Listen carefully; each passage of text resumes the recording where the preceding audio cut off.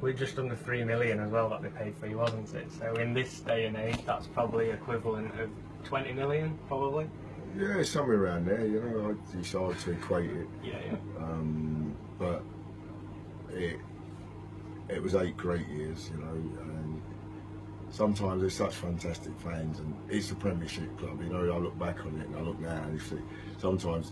Like last year, I was rooting for them. I thought that's where they deserve to be. So it's a shame, and hopefully this year they've got a strong team, and they've bought a couple of players. So hopefully this year they can go strength to strength and just go over that final hurdle. Really. Have you got a highlight of your Sheffield Wednesday career, or any particular game? I tend to, in my whole career, not really have individual highlights.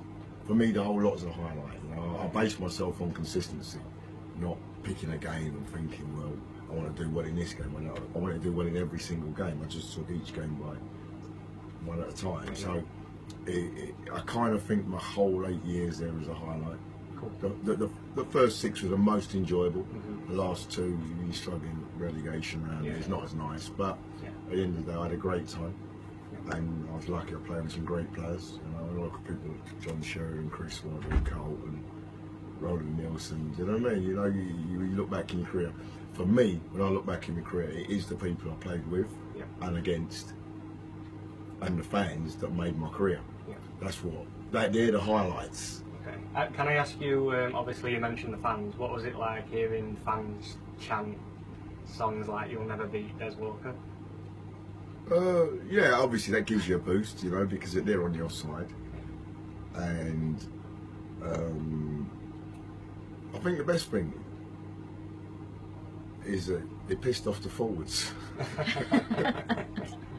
So imagine. I can always remember Gary Lineker right, he's saying, right, that song, when he goes in the channel, you get there first, you'll never beat this. So I knew it pissed them off, you know, so it gives you that. It really helps me because, as I say, sometimes they don't really want to go in there because they know if I go in there first, they kind of, not an embarrassment, do you know what I mean? But you know what I mean? So it gives you that little extra edge, and it gives you that confidence, because it's always nice to have 25,000-30,000 people believing in you. Of course, yeah. You mentioned obviously players you came up against. Was there a particular player that stood out who you thought was the toughest opposition, like a striker or? They're all tough. They're all tough. There's exceptional footballers, but that doesn't make them tougher. That just, you've got to just apply yourself. You know, the better the player, the better it brought out of me, and that's why I came into football, to test yourself and to go against the very, very best. So I was lucky. The Premiership is littered with good players that you play against. Mark Hughes was always, he was always a tough cookie. But ones I struggled with were the ones who were 6'4", 6'5", because I ain't that tall, So if you keep the ball in the air, so Wimbledon weren't a real nice place for me to go. But the smaller ones were probably the so-called better players. They suited me more, so I enjoyed it more against them. But every player wanted to come out on top. So people like Ian Rush and that, these are great players. So if you blink, you know, they've got you. You know what I mean? So that keeps your concentration high. But as I say, but when you gain in with a good team as well, then it equals it out. Obviously, going forward into this season, Sheffield Wednesday, what do you think of their current transfer business this summer? Well, I tell you, it takes time to sell, and especially when people come from the Premiership, because it hits you like a ton of bricks. The Championship's completely different from the Premiership. You have more time, and people say, well, how would you get more time at a higher level? Because they have more respect for each other, because there's some great players out there, so you don't go diving in. Within the Championship, they will all be all over. It takes time to settle. But I think I work at Derby now, and in the last 6 months, 5 months of last season, Sheffield Wednesday were the best team that came at Derby. And they looked a real good outfit, real organised, knew what they was doing, knew how they wanted to play. And it was an open secret. No one really wanted them in the playoffs. So Derby kind of knew they had whole 4 or 5 weeks before, because it was the 3rd and the 4th and the 5th. The Sheffield were coming at 6th, so they played Brighton. So we kind of knew that was our. We had to lose 4 games out of 4 not to lose that slot. So no one really wanted to play Sheffield Wednesday, because they come in with the real best for them, you know. And it was a shame really, because Brighton, I didn't fancy Brighton because if you lose like they lost by goal difference on the last day, I think you find it really hard to recover. And it's a shame for Brighton because they were a good team. Yeah. But I didn't. I thought they're never going to win the playoffs. So after that disappointment, it's hard to get the players up, you know. And they were playing Sheffield Wednesday, so you know, and we were playing Hull. And out of the 3 teams, all 3 teams had one game that cost them. Yeah, of course. All 3 teams, you know. We lost. Derby lost 3-0 to Hull, and I think Hull were the luckiest team. Because as much as we've never played well, we never really turned up on the day. They never deserved 3 goals. That 3 goals got them into the final. Because we hammered them. We didn't just beat them. We hammered them. Because they didn't turn up neither. Really, they were the home team. They were ridiculous. We had something like 75% possession at their place, and you think that shouldn't really happen. So they never turned up. And then Sheffield Wednesday never really turned up in the final. So all 3 teams suffered in that respect. That one game, it just, I thought Hull ended up the luckiest out of 3. That was it, really. Obviously, discussing Sheffield Wednesday currently, what are your expectations? Obviously, the disappointment last season after Wembley. What are your expectations this season? I think they're definitely up in the top 6.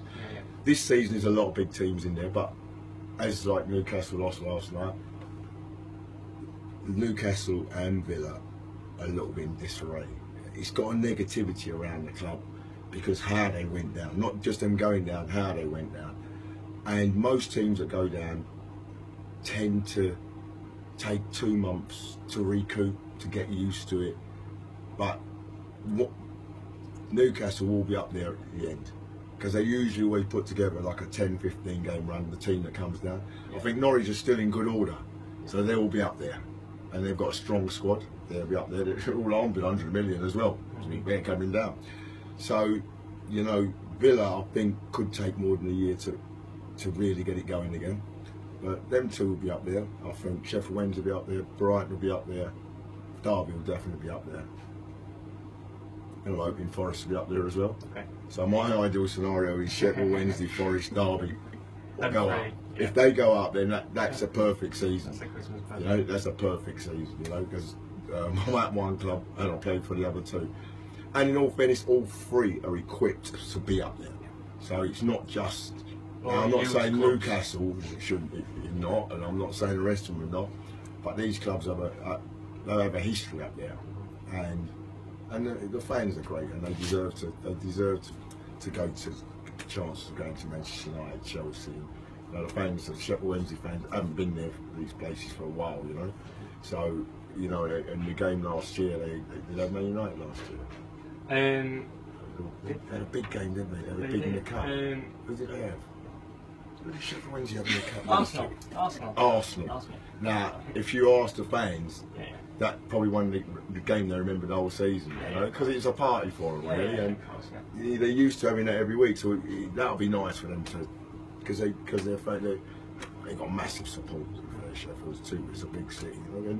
And to be fair, hopefully Sheffield United will go up there. And people say, well, I can't believe that says that, but I think the town with 2 Premiership teams is thriving, and that rivalry is healthy, you know. I've got one last question for you. If you could choose between Nottingham Forest, Sheffield Wednesday, or Derby County to go up this season, who would you pick? You can only choose one. I live in Nottingham. You want him to put brick through my house. That rivalry's fierce. You can say Forest if you want. That rivalry is fierce. That rivalry is fierce. Yeah, but 3 go up. Alright, we'll stick with all 3, shall we? 3 go up, so there's no point saying, well, if 1 goes up. Okay.